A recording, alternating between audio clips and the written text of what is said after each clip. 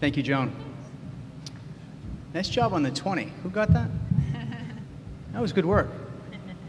Fill out a questionnaire in the back. Let's see what we can do.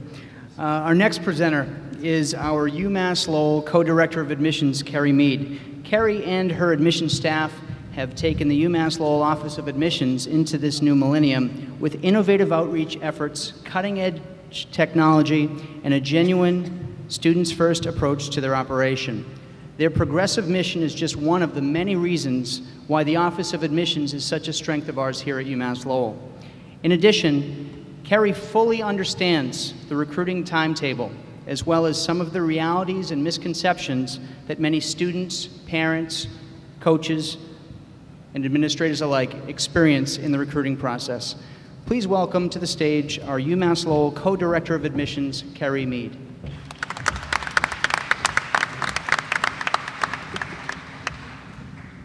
Thank you, Ted. Well, it is wonderful to see all of you here tonight. I commend all of you for taking time out of your busy schedules. I know you're busy with prom season and championships for your sports, so it's great to see all of you here, as well as the guidance counselors that we have with us tonight. I wanted to start out tonight by just sharing with you a couple of myths that we often hear associated with the college admissions process and athletics. The first one being, my coach told me that, the coach I'm working with told me that I would get in, or I've had contact with a coach, so that's a guarantee that I'll be admitted to the school. Here at UMass Lowell, we have a wonderful relationship with all of our coaches. The admissions office is in constant contact with us. They are constantly updated with the status of their student recruits, student athletes, so we have a back and forth relationship.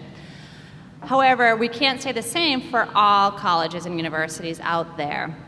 And until you get that big, thick envelope in your mailbox with your acceptance package, you haven't been formally admitted to the universities that you've been applying to. So keep that in mind. And I just want to share a story with you about one of my colleagues in admissions. When he was applying for schools, he was being recruited by 5 different schools to play a sport. And all 5 coaches told him, don't worry about it, you'll be admitted, I'll talk with the admissions office, you'll be all set. So he sat back and said, great, I'm gonna have 5 choices, and I'll know which one is right for me. Well, as it turns out, he was denied at 3 schools, waitlisted at 1, and only admitted to 1 school, after he was told he'd be admitted to all 5. So the message there, you need that big, thick packet in your mailbox from the admissions office to make sure you're formally admitted to the university. The other thing we often hear is, I thought that my outstanding athletic accomplishments would compensate for my weaker academic performance. College coaches, when they are out recruiting students, are looking for well-rounded students who are going to contribute to the campus community and who are going to excel both at academics and athletics. They want you doing just as well in the classroom as you are on the playing field. It's very important that you concentrate on your academics just as much, if not more, as your athletics throughout your 4 years of high school. When you apply to admissions offices, we have minimum standards that all students have to meet, whether you're a student athlete or not. And there can't be any exceptions. Just because you're that star pitcher on the state championship softball team does not guarantee you admission to any schools. Your academics are extremely important, and you need to keep that in mind. In terms of the whole admissions process and looking for schools, you've heard many times already about finding the right fit for you. And while you're looking at colleges, it's very important to take the time to visit all of the campuses. Talk with coaches, but also talk with folks in the admissions office, student athletes, as well as non-student athletes. You want to hear about what the school has to offer, everything it has to offer, not just athletics.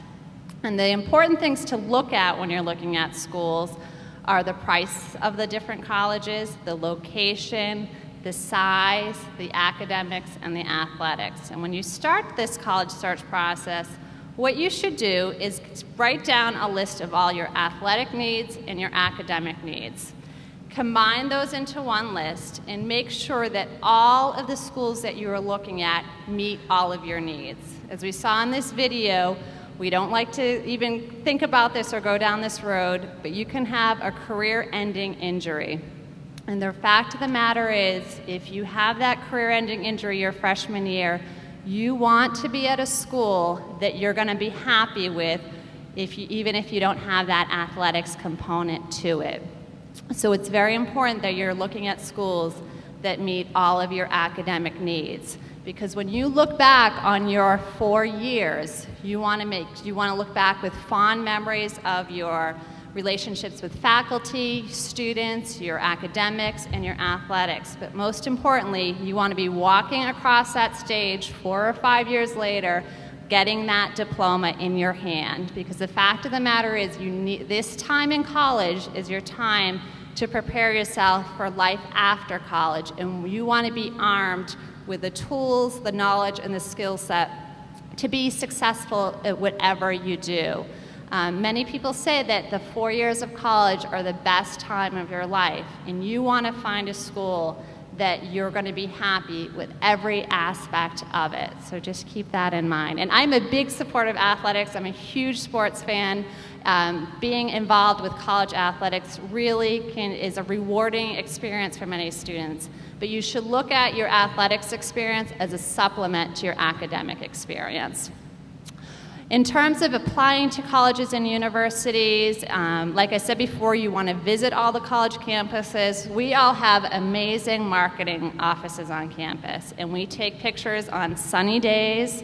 We go into the buildings that have just been cleaned and all of that stuff, but you need to come and visit campus. Walk around campus. When you're on a campus tour, grab a student and just ask them the questions that you have. Be an involved participant in this process. If you're involved, you're going to benefit from it and you're going to make the right choice. So visit campus. Make sure that you're taking college prep level courses or even honors and AP courses all throughout high school. And when I say all throughout high school, your senior year is just as important as your freshman year. First, because we look at we evaluate your applications after your first term senior grades, but also you want to have a seamless transition from high school to college, because if you're going to play a college sport, which I'm sure you're all intending to, because otherwise you wouldn't be here tonight, you're going to have a lot of other responsibilities that a non-student athlete doesn't have. So you want to have a seamless transition. You want to have your study skills, your note-taking skills, your writing skills all up to par. So you need to work, just how you're going to work just as hard on your sport your senior year, you need to work just as hard with your academics. So your senior year is just important. But we recalculate your GPA for all 4 years, so you need to focus on that. So we look at your GPA, your SAT, so it's very important that you're on top of those. So when you're applying, you want to apply right after you receive first term senior grades. And the reason we say that is the earlier, the better. A lot of times we'll review an application and we may say, you know what, we're going to hold off. We want your second term grades. We know you can bring your grades up a little, and that's going to affect your admissions decision. Or we may recommend to you, if you're applying in November, you may want to take that December SAT again, because your SATs or your ACTs aren't really at where we need them to be. So the earlier, the better. Also, when you apply to colleges, let the coaches at the different institutions know, because that shows them that you're still really interested in them. And like I said before, here at UMass Lowell, we have constant communication with the coaches. So we can say, yeah, Billy applied, but we haven't received his essay or a letter of recommendation. So you have lots of different people looking out for your application. So right after senior grades, submit those applications.